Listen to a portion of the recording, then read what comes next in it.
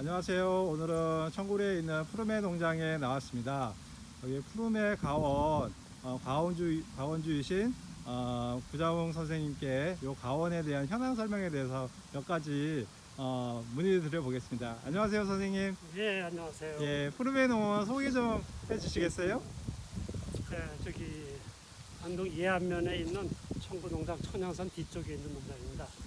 요거 농장 규모는 딱 700평 정도 지금 제가 700평. 채농사인데 은퇴 후에 딱 짓기 좋은 농장 규모입니다. 아, 요 이상은 욕심 부리면은 사람이 피곤하니까 딱 700평 130조.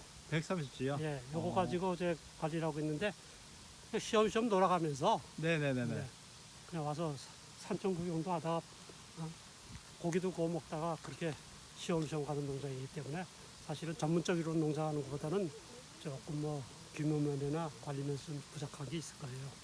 그래도 혼자서 관리하기는 이 정도가 뭐 굉장히 자부심을 가지고 있는 농장입니다.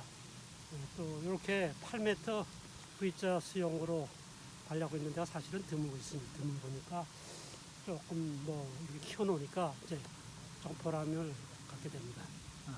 거기 그 식재하신 주요 품종은 어떻게 되나요? 지금 3L 자등금, 자등금? 자등금 계정에서도 옛날에 했던 자등금에서 선발 자등금이 있었고 그 이후에 나왔던 3L급 자등금. 예예예. 이제 그게 붉은색 일본 계열체입니다. 그게 네네네네. 주종이고 그다음에 이제 또 수종하는 걸로 몇 가지 품목이 좀 있어요. 네네네네. 뭐 흑자색 계열도 한두 품종 있고 많지는 않고. 네네네. 그러니까 주종은 3L 자등금이 주종입니다.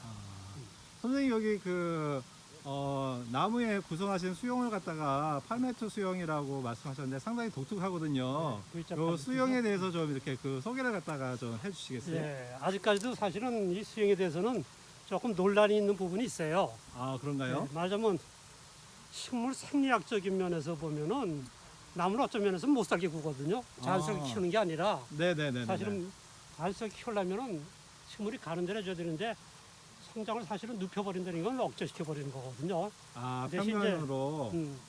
대신 이제 눕혀버린다면은 생식 성장으로 돌아오는 게 좀 빠르겠죠. 아 예. 열매를 맺는 게 빠르다는 빠르겠지만 뭐 말씀이시죠? 어차피 4년차, 5년차에서 열매 맺으니까 네네네. 뭐 3년차에서도 조금 뭐 달긴 달았습니다만 그거는 영양 성장을 위해 갖고 계속 그것만 따져오려서 열매 수확을 안 했어요. 그래서 4년차 쪽에서 이런 관리를 하는데 조금 바빠요. 사실은 수영 잡아가는 문제라든가 네네네. 계속 또 순 집어가는 문제라든가 좀 바쁜 게 있거든요. 네네네. 그 과정만 지나면은 뭐 이렇게 편한 체리가 없죠. 어떤 면에서는 가만히 보고 있으면 컨베이어 타고 체리 생산하고 있는 공장 같은 느낌이 받는 때가 있죠. 네. 가원이 굉장히 좀 정형화되고 깔끔하고 수영이 요렇다는 느낌 들고 또 이제 그 일반 그 주간형 수영하고 다르게 가지 간에 겹침이 없어가지고 해를 잘 받고 그렇죠. 바람도 일단은 잘 통할 것 같다는 생각이 드네요. 통풍 문제라든가 일조량 문제에 대해서는 굉장히 유리한 면이 있고 네네네네. 그다음에 이제 약을 칠 때도 굉장히 네네네. 유리한 면이 있어요. 뭐 요거는 뭐 약 칠 때 저는 뭐 제 나이가 좀 많이 있습니다만은 크게 힘 안 들고 그냥 줄 끌고 가면서 가지런히 착착 흔들기만 하면 굉장히 약이 골고루 잘 묻어요. 아무 네네네네. 문제 없이.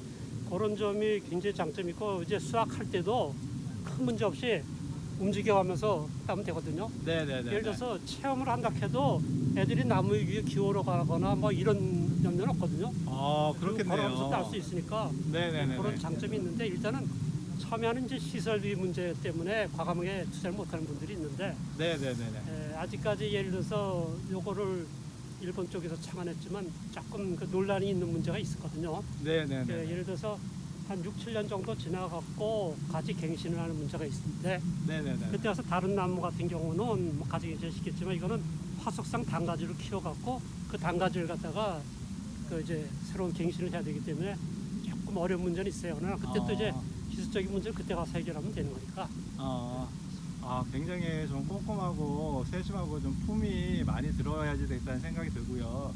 그렇지만 이렇게 수용을 갖다가 구성해 놓으면 먼저 말씀해 주셨던 그런 여러 가지 장점, 그런 장점으로 해서 요 수용을 갖다가 잘 관리하고 계신 것 같고요. 그리고 뭐 여차하면은 비가림 시설이 들어가 버리면 되니까 여기는. 아, 이 위로 비가림이 들어가면 되고요. 근데 아직까지는 요 지역이 천혜 체리 지역이 아닌가 그런 생각이 들거든요. 아, 그렇습니까? 왜 예, 그런 예. 생각이 드냐면 일단 기온 자체가 일교차도 큰 지역에다가 또 개화 시기가 조금 온도가 낮기 때문에 안동 시내에 비해서 여기가 벚꽃 피는 것만 봐도 약 보름 가까이가 차이가 나는 경우가 있어요. 아이고, 2주나요? 예, 예. 어.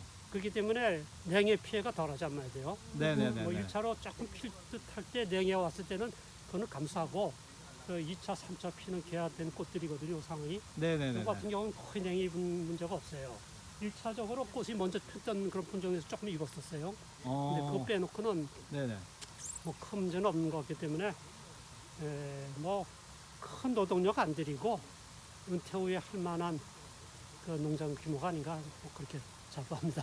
아, 올해 정말 전국적으로 냉해로 인해서 체리뿐만이 아니고 자두, 뭐 사과, 복숭아 그 재배하는 농가들이 많은 피해를 입었는데 그 말씀하신 거 들어보니까는 그래도 대체로 그런 그 냉해 피해를 갖다가 좀 피해갈 수 있었다는 그런 말씀을 갖다 주신 것 같아요. 네, 일단은 그 지역 자체가 경상북도 북부 쪽, 예예예. 그러니까 여기 이제 춘향이니 이쪽 울진 요름 쪽으로 해서 정선 임계 그런 쪽까지 아마 적지가 않다 생각이 들어요. 왜냐하면 또 이제 정선 임계 쪽에는 석회암지대가 되니까 네네네네. 뭐 알칼리성 구도가 높으니까 네네. 체리가 참 잘 될 겁니다. 작년에 그 체리 수확을 갖다가 그몇 월에 보셨나요? 6월 한 말일경에 봤는데 6월 말이요. 네, 근데 사실은 이제 조생, 중생, 만생 중에서 만생종을 심으면은 좀 불리한 점이 있어요. 네네. 왜냐면 안동 지역은 7월이 넘어가면 이제 장마가 온단 말이에요. 그러니까 그걸 대비해서 7월 이전 6월 말까지는 수확이 끝나야 되거든요. 네네. 그러니까 중생 정도가 가장 맞을 거예요. 그래서 저도 이제 그걸 고심을 해갖고 중생종을 대고 심었는데 작년 같은 경우도 7월 이후에 비 왔을 때 거는 아예 포기를 해볼 생각을 하고 네네. 6월 말까지만 수확하는 걸로 이렇게 하면 될 것 같아요. 그러면은 안동 지역에서는 품종 선택 시에 장마와 겹치는 것 갖다가 조금이라도 예방하기 위해서 네. 가급적 이제 중생종 위주로 이제 그 식재하게 하는 게 바람직하다고 생각하시고 그러면 올해는 선생님 과원에서는 체리 수확을 갖다가 한 6월 며칠경 이렇게 예상하시나요? 지금 조금 그 2차 꽃핀 시기가 조금 늦었기 때문에 조금 늦어진데 조금 걱정은 되거든요. 6월 말까지는 뭐 수확 완성을 하고 조금 7월 장마 들어갈 것 같으면 미리 조금 따는 다음에 후숙성을 시킬 수밖에 없겠죠. 올해 여기 그 푸르메 그 체리원의 방원 면적이 700평이고 현재 140주가 이제 식재되어 있다고 130주 예, 식재되었다고 말씀하셨는데요. 올해 그 추정하시는 수확량은 한 어느 정도 이렇게 기대를 갖다 하고 계신가요? 뭐 아직까지는 뭐 장담을 못했습니다만 한 2톤 정도는 뭐 무난하지 않을까 생각이 들거든요. 2톤 정도요? 2톤이면 사실 나무 한 그루당 20kg면은 넘어가 버리거든요. 요 나무들이 지금 현재 식재 몇 년 차인 거죠? 지금 4년 차에서 5년 차 막 들어가는 상황이죠. 4년 차, 5년 차 나무들이고 700평에서 130주를 심어서 5년 차 만에 한 2톤을 갖다 생산할 수 있다. 굉장하네요. 굉장한 건 아닐 거예요. 이게 사실은 10년 차 가까이 가면 남은 것에 50kg, 60kg 이상도 열릴 수가 있는데 네네네네. 그 정도면 다른데 또 수확하는 게 그때 상을 봐가면서 열어야죠. 뭐. 2톤 정도만 수확해도 혼자서 뭐 집사람하고 와서 또 아시는 분들이 와서 따주고 하는 정도 규모는 아마 되지 않을까 그런 생각이 듭니다. 푸르메 농원에서 체리원에서 작년에 그 체리를 수확하셔서 이제 그 체리도 이렇게 맛보셨을 텐데 어떻게 맛과 품질에 있어서 자신감이 있으신가요? 일단 그 자등금이 색깔이 약간 노란기가 좀 도는 게 있어요. 네네네네. 그것 때문에 이제 사람들이 이게 무슨 체리냐는 사람들이 있지만 사실은 맛을 보면은 또 굉장히 끌리는 체리예요. 네네네네. 특히 이렇게 일본 사람들이 좋아하는 품종이거든요. 이 품종은. 근데 한국 사람도 제가 작년에 저 보니까 흑자색 체리보다도 오히려 낫지 않겠냐 이렇게 평하는 사람들도 있어요. 근데 이제 단지 이제 단점이 사이즈가 자등금계열이 좀 작다는 생각을 하는데. 그렇죠. 예. 근데 3L급이면 괜찮습니다. 그러면 대략적으로 그 10g 이상 나와야겠죠. 10g 이상 나와요? 네. 야 정말 그 좋으네요. 물 주는 걸 조정을 좀 해줘야 될 것 같은데. 끕시다. 그래요. 예, 그러면은 이렇게 마무리하고 마지막으로 선생님 그 체리를 갖다가 식재하고자 하는 재배자들한테 시작하시는 분들한테 어떤 조언 내지 이렇게 그런 말씀 좀 예. 전해주시겠어요? 글쎄 그 전문적으로 업을 하시는 분들도 물론 생기셔야겠지만, 그래서 저같이 나이가 들어서 은퇴 후에 소일거리를 한다면 요 정도 꾸미면 70까지도 힘들지는 않을 겁니다. 네네네. 힘들지도 않고, 다음에 이제 가장 고려해야 될 점이 식재 장소하고 품종 문제겠죠. 그건 첫 번째. 품종 때문에 사실은 실패를 해갖고 갱신을 하고 갱신을 하다 보면 헛세를 보는 게 10년입니다. 그런 분들이 많이 있어요. 예. 그런 그 시행착오를 방지하기 위해서는 그 전문가들 찾아가서 확실한 품종의 묘목을 구입을 해야 되고, 네네네. 괜히 검증되지 않은 품종 뭐 좋다 해서 해갖고 시행착오 생기는 것보다는 한번 시행착오 생기면 4년 5년이거든요. 네네네네. 그래서 그 체리를 수확하고 있는 농장주에게 거기서 생산되어 있는 묘목들 가장 맛을 보고 그런 걸 검증을 하면은 대목하고의 친화성 같은 문제라든가 그걸 다 이제 알 수가 있습니다. 지금 사실은 대목하고의 친화성이 불일치되고 어떤 단점이 생길지도 모르지만 뭐 미국에서 첼란이 좋다, 무슨 뭐 코랄 샴페인이 좋다 해갖고 또 뭐 여러 가지 뭐 펄이라든가 그 품종들. 뭐 품종들 심는다마는 검증이 안 돼 있거든요. 사실은요. 예. 겁나는 문제죠. 예. 사실 그게 맞아주면야 경제는 이기지만 그게 검증 안 돼 갖고 또 뭐 다수학이지만 열과가 생기는 품종이라든가 그런 문제가 생길 수 있는 거고 여러 가지 변수가 생길 수가 있거든요.